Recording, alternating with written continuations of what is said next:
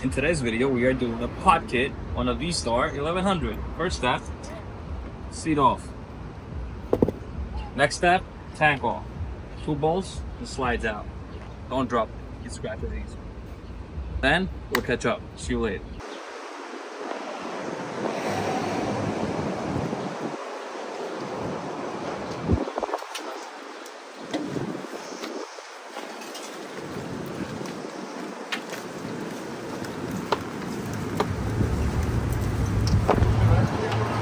Once you slide the tank off and put it here, make sure it doesn't fall. Take the airbox screw off, and then airbox is disconnected. Now we're gonna loosen the two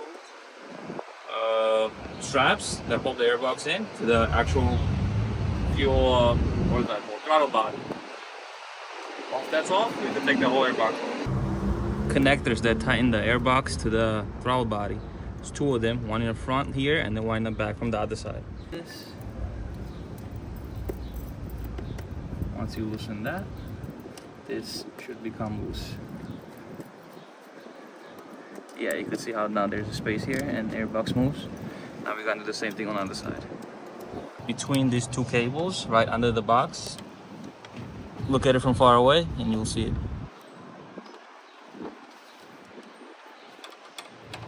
I've done this like 5 times already, so this process is easy. Only thing I haven't done is the actual pod kit, so that's gonna be first for me too.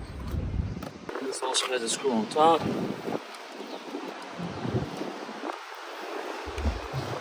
Loosen that. Like that.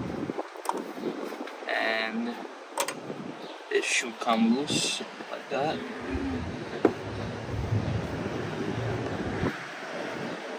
Make sure the tank doesn't fall.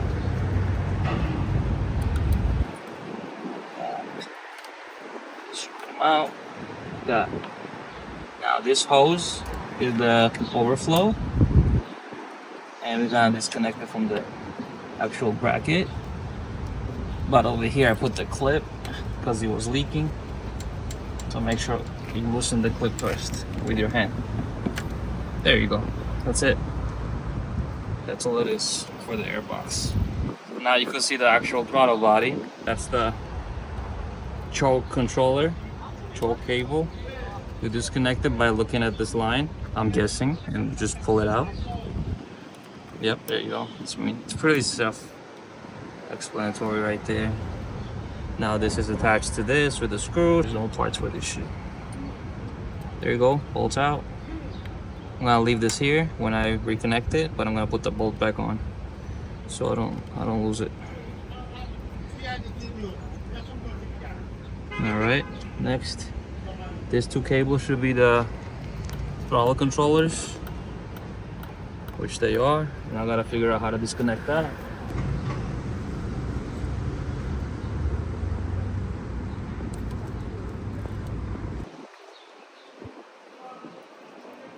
Again, this might not be the right way of doing it, so please refer to some other directions other than me.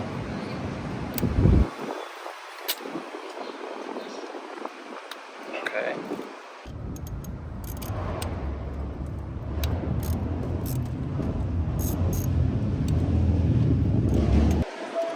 How hard can it be, right? Just take whatever you see, everything off, right? Pretty simple. Right. Something has to come out. Can you get that from me? Something came out. I don't know where it came from, but it came out. Take the whole rubber piece off, that way we could see better on what's going on inside. Because this is just a connector and nothing much in here. So I'm gonna try to put this out. Yep, there you go. It's okay if there's a little overflow in here. It's totally normal. There you go, 1 carb is exposed. This one? Yeah, so you just gotta disappear. And you should be in the rubber piece. Pull out. You have to take this off now. Right here. 2. There you go. make sure you remember what it is.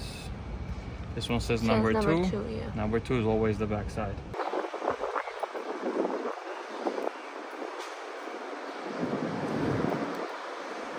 That's fuel.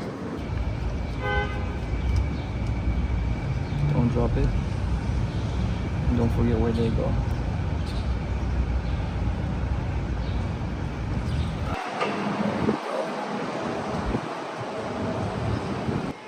Okay, I want you to record the bottom side of it so we have the connectors and where the connectors are. Like that.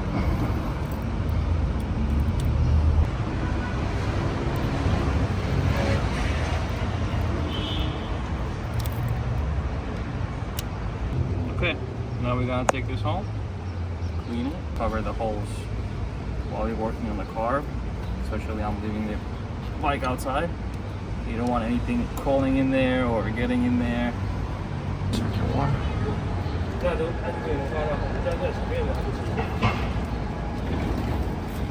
So after this, I took the carb at home. I cleaned everything. I took the pilot jets off and all the other ones.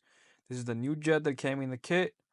I put this one inside the carb as compared to the old one. And slowly try to piece everything together. Organizing the parts, cleaning it. Make sure everything is ready to go before I take it back to that bike and put it all together. This is the basically look of the carb on the bottom side, how clean it came out. And this is my needle setup. This was on a 3rd notch. Jets are cleaned. Pilot jets are cleaned. I don't know what the issue is. The mixture bolts are pretty much set where I set them yesterday. After you have the jets inside the carb, this is what it's gonna look like. I put everything back in. I have the filters on top of the carbs. And I think this is the last step until you start actually balancing the carb, which takes a little bit of time, a special tool. And then you try to balance out the air-fuel ratio. And then at the end, this is what it sounds like. Already done. Everything's running perfect.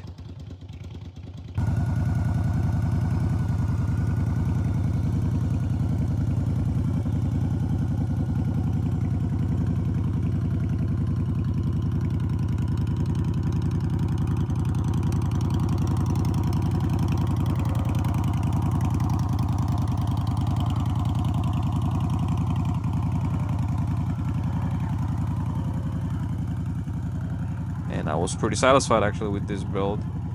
Thank you for watching, and